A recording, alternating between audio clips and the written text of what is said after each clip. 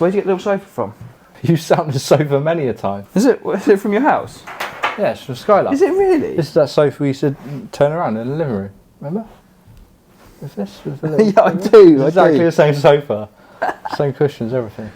Mate, I didn't even recognise it. Well, welcome back. Episode 38 of the Living Room Chat podcast. And it's been a little while, and I'm not even going to apologise because other stuff's just taken over, right? Life has taken over. Yeah. And we've always said, I know we've probably said this exact statement on the podcast, like, it's only ever been a hobby for us. Yeah. And when we were less busy with work and with life, it was a little outlet for us, which was amazing. But, you know, priorities always are business and family first. It's got to be podcast does come a bit further down the line. But we found some time 2 months after we last sat down. Yeah. Wow. And we're here. We're here. So some huge changes. So Yeah. I think we'll just do a couple of shorter episodes for the next couple and just explain a few more of our changes, which is all exciting, both business and personal. We'll start with the, I think, personal for you, and you've got new trainers. That's been the biggest new thing in my life recently. Yeah. You see how clean they are? It's a bit nerve-wracking wearing such Are clean they trainers. lemon colour? Or like are they just I don't know. I'd say they're like a yellowy colour, aren't like they? a yellowy off-white Yeah. from the Maidenhead Nike outlet store.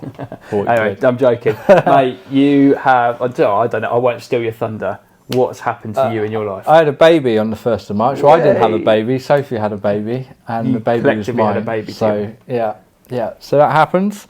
What was funny is I was always joking the baby would come on the 29th of February. Yeah. And then on the 29th of February, Sophie was like, I think we should go to the hospital. And I was watching the clock like, is it going to be 29th? So what time was it then came? 1st of March, like 10:30 Right, in the morning. in the morning. Okay. Yeah, so we went in like 9 o'clock in the evening. Baby came. I had to go into theatre. It was a whole thing. It was crazy. It was horrible. There's a lot going on, isn't it? And so went into theatre at 10:25. Baby was out at 10:28. Wow. Yeah, it's just. And cool. it's just like, I know we had a chat about it on the phone, mate, but it's like a whole different, like your life change, like it's cliche, but your life does change in those few moments, doesn't it? You walk into hospital a boy and you walk out a man. Yeah, it was so true. And like all of the cliche things people say you feel when you have a child, when you don't have a kid, you're like, oh, whatever. Yeah. You know, you don't really understand. And you have a baby, you're like, yep, it's all true. It's all Yeah. true. It's really funny. Like, actually, it came up in conversation yesterday, and this I won't segue into our next episode, but quick spoiler: I've got a new business partner, and he doesn't have kids. No. And we were on an appointment yesterday, and I was like, I've got to leave by this time, so I've got to go and get Mila from school. And he's like, God, what's it like having a kid?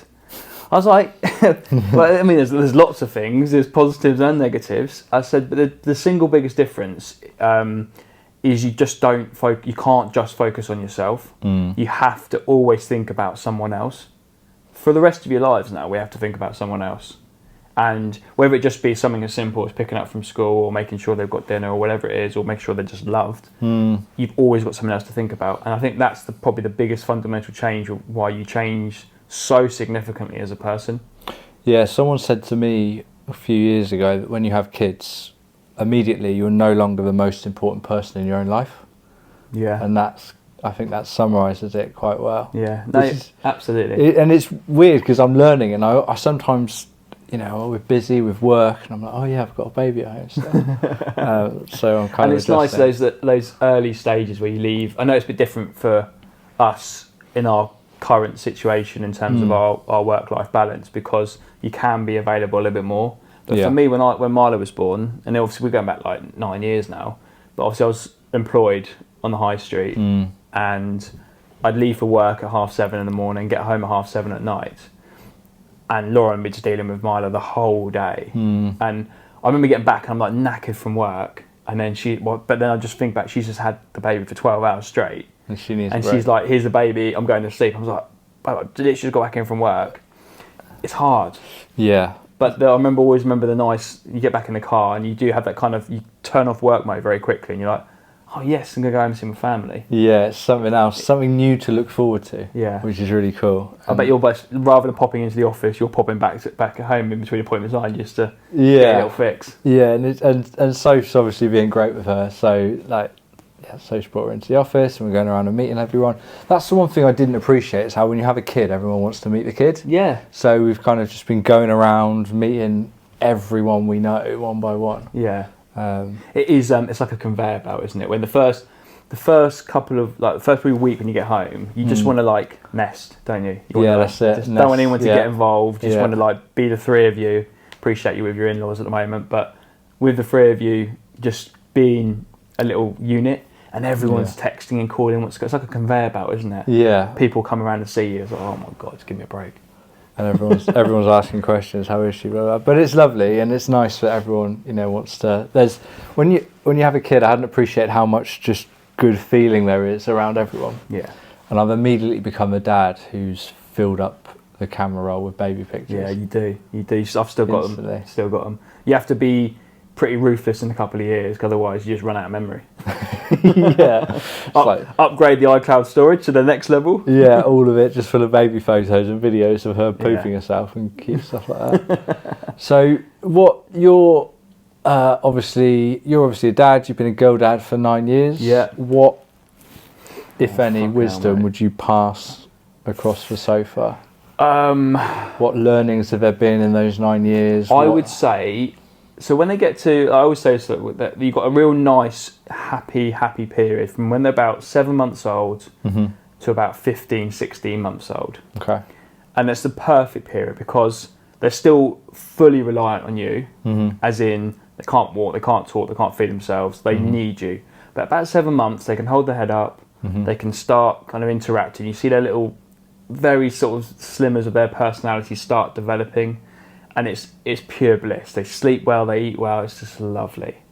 Then they start walking.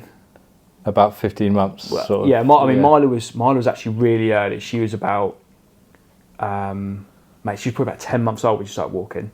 Like really, yeah, she was born in February. She took her first steps on Christmas Day across the living room to my mum. Wow, okay. Yeah, really special moment. Yeah. So she would have been, 10 months old. Very, very early. And I there's nothing wrong with babies not walking at 18 months. That's cool. Disclaimer. Full disclaimer. Yeah. But they start walking, which means they can start running away. And then they start talking, and then they start answering back. And it quickly progresses from them being these pure little balls of bliss to absolute demons. You've heard of the terrible twos, haven't you? It's not the terrible twos. It's from terrible twos onwards, because they just get fucking worse and worse and worse. And Mila, at the age now she's into like makeup and her like facial routines. Okay. And she is a bit sassy, and she's 9. I'm like, fuck me, what's she gonna be like at 16? I'm even 14 at the moment. Okay. So you have it all to come. Okay. All to come. But for now, just enjoy it. Okay, so I don't know what I can take for that in terms of advice, but basically you're saying it's really nice until they start walking and talking. Yeah, basically. Yeah. And then it's challenging. And don't get me wrong, there's wins throughout, and it's always lovely, and you'll have a nice little period for a few months, but just as soon as they start developing. Laura and I are actually talking about this fairly recently. It's an interesting topic about when we were kids, like me at 9 years old and you at 9 years old, being brought up in the 90s, like we didn't have everything. We had to entertain ourselves. I was fortunate I had a brother very close age to me, so we could mess around, we'll build camps, play football, that sort of thing.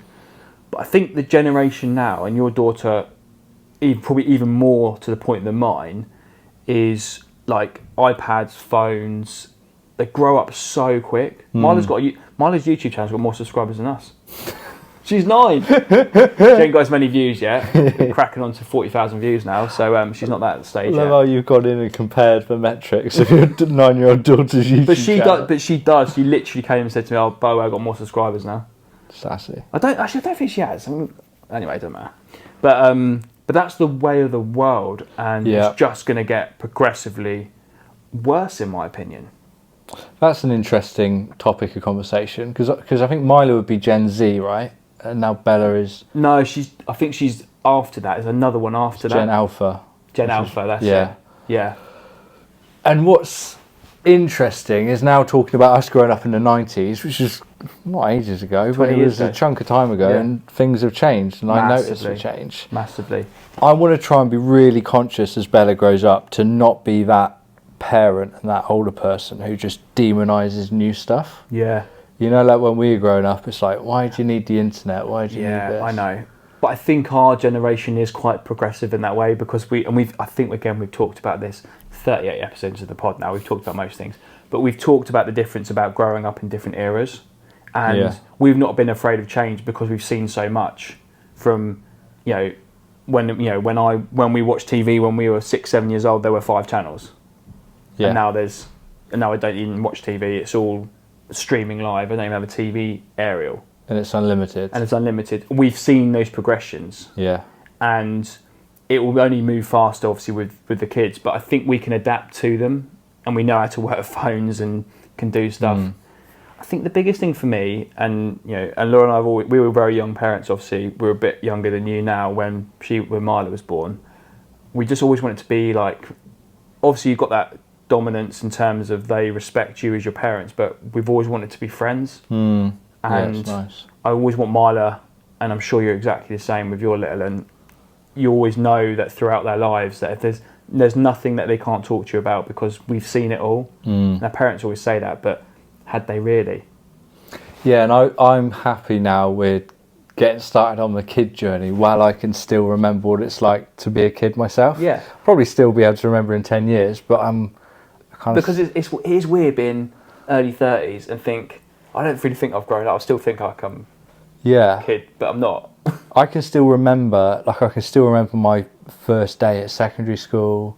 I can still remember first having a girlfriend, like those early sort of core memories. Yeah. So it's just kind of fun now to see Bella starting from 0 years old. It's amazing. I'm over the moon for you, and I'm glad. Like I've said this on the pod. That can't be the catchphrase for this episode. I'm just really pleased that mum and baby all came through unscathed, came here healthy, everyone's good, and you're enjoying it. And I'm proud of you, and I'm pleased for you. Oh, that's lovely. That's lovely.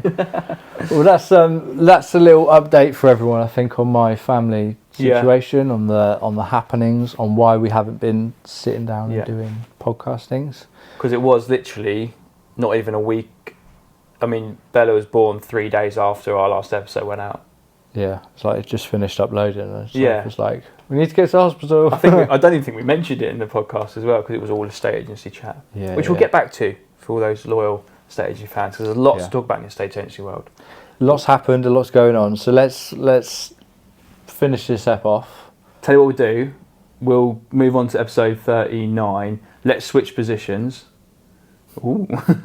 Don't ever say that to me again. Let's swap sides and act like it's a completely new episode, which it will be. Cool. So we'll close this one. Short and sweet. Good to hear.